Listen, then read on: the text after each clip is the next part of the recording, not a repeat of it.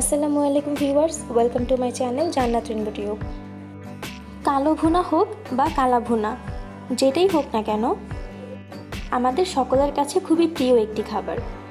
Instant packet মশলায় আজকে আমি কালো ভুনা রান্না করব। আশা করছি ভিডিওটি আপনাদের কাছে ভালো লাগবে। যদি ভালো লেগে থাকে তাহলে একটি লাইক করে দিবেন, সেই সাথে পুরো ভিডিওটি দেখার অনুরোধ। আমি কালো ভুনা রান্না করার জন্য এখানে 1.5 কেজি পরিমাণ হাড় চর্বি সহ গরুর মাংস নিয়ে নিয়েছি। কালো ভুনায় মাংসের টুকরোগুলো ছোট ছোট হলেই খেতে বেশি ভালো লাগে। প্রথমে মাংসগুলো ম্যারিনেট করে নেব, সেই জন্য দিয়ে দিচ্ছি 1 টেবিল চামচ পরিমাণ লবণ এবং 2 টেবিল চামচ পরিমাণ আদা রসুন বাটা। আমি এখানে আদা রসুনগুলো একসাথে বেটে নিয়েছি, আপনারা চাইলে আলাদা আলাদা করেও অ্যাড করতে পারেন। দিয়ে দিচ্ছি 1/2 কাপ পরিমাণ টক দই এবং 1 কাপ পরিমাণ পেঁয়াজ কুচি। সেই সাথে আরও দিয়ে দিচ্ছি 4 টেবিল চামচ পরিমাণ সরিষার তেল। কালো ভুনা অবশ্যই সরিষার তেল দিয়ে রান্না করতে হবে। দিয়ে দিচ্ছি ইনস্ট্যান্ট কালো ভুনা প্যাকেট মশলার 4 ভাগের 3 ভাগ এবং 1 ভাগ রেখে দিচ্ছি পরবর্তীতে অ্যাড করার জন্য। এই পর্যায়ে সব কিছু খুব ভালো করে মেখে নিতে হবে। এই কাজটি আপনারা চাইলে হাত দিয়েও করতে পারেন, আমি স্প্যাচুলার সাহায্যে করে নিচ্ছি।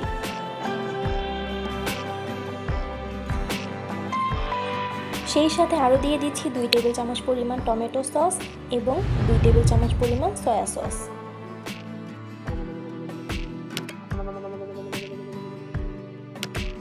আবারও সব কিছু একসাথে মিশিয়ে নিয়ে চুলা জ্বালিয়ে দিচ্ছি।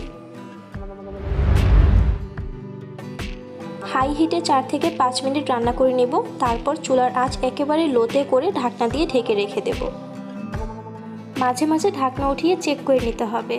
দেখতেই পাচ্ছেন মাংস থেকে যথেষ্ট পরিমাণ পানি বের হয়েছে। একটু নেড়েচেড়ে মিশিয়ে নেব এবং মাংসের এই পানিতেই মাংসগুলো প্রায় 80%-এর মতো কুক করে নেব। আবারও ঢাকনা উঠিয়ে চেক করে নিচ্ছি। দেখতেই পাচ্ছেন মাংসের পানি অনেকটাই শুকিয়ে এসেছে এবং তেল উপরে ওঠা শুরু করে দিয়েছে।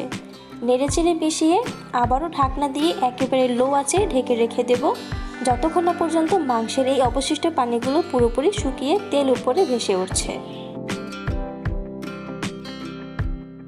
প্রায় 12 থেকে 15 মিনিট পর ঢাকনা উঠিয়ে চেক করে নিচ্ছি। দেখতেই পাচ্ছেন মাংসের অবশিষ্ট পানিটাও শুকিয়ে গিয়েছে এবং মাংস থেকে তেলটা সেপারেট হয়ে গিয়েছে। এই পর্যায়ে মাংসগুলো পুরোপুরি সেদ্ধ করার জন্য 1 কাপ পরিমাণ ফুটন্ত গরম পানি অ্যাড করে দিচ্ছি। মাংসগুলো পুরোপুরি সেদ্ধ করে নেওয়ার জন্য আপনাদের কতটুকু পানি প্রয়োজন হবে সেটা বুঝে আপনারা পানি অ্যাড করে নেবেন। দিয়ে দিচ্ছি 7 থেকে 8টি আস্ত কাঁচামরিচ। সব কিছু একসাথে মিশিয়ে ঢাকনা দিয়ে ঢেকে লো আঁচে মাংসগুলো পুরোপুরি রান্না করে নেব। ঢাকনা উঠিয়ে আবারও একটু নেড়েচেড়ে দিচ্ছি।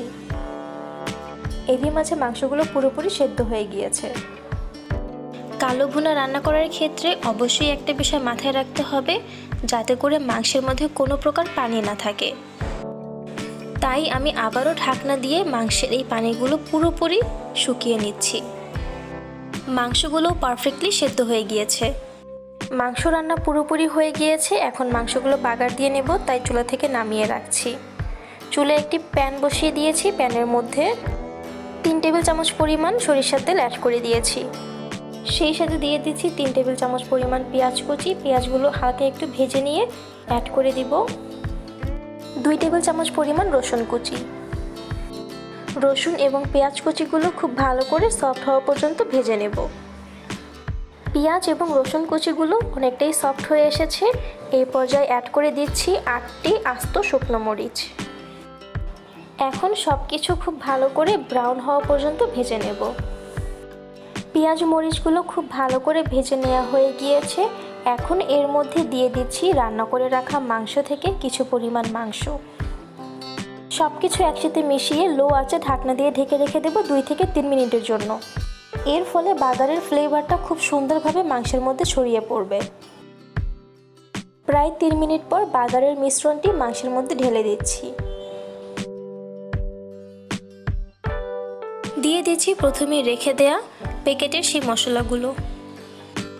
আবারও সব কিছু একসাথে নেড়েচেড়ে খুব ভালো করে মিশিয়ে নেব এবং লো আঁচে ঢাকনা দিয়ে অপেক্ষা করব প্রায় 10 মিনিটের জন্য। অবশ্যই এই কাজটি করতে হবে, তা না হলে কালো ভুনার পারফেক্ট টেস্ট পাওয়া যাবে না। এরই মাঝে আমার রান্নাটি সম্পূর্ণ হয়ে গিয়েছে, কিন্তু কালো ভুনার পারফেক্ট যে কালার, সে কালারটি আসেনি। রান্নাটির ক্ষেত্রে আমার কোথায় ভুল হয়েছে আপনারা যদি ধরতে পারেন সেক্ষেত্রে অবশ্যই কমেন্ট বক্সে জানাবেন। কালো ভুনার পারফেক্ট কালার না আসলেও স্বাদে গন্ধে অতুলনীয় হয়েছে। আমার এই রান্নাটি বাড়ির সকলেই অনেক পছন্দ করেছে। আজকে এই পর্যন্তই, আবারও ফিরবো নতুন কোনো ভিডিও নিয়ে। ভালো থাকবেন সবাই, আমাদের জন্য দোয়া করবেন। আল্লাহ হাফেজ।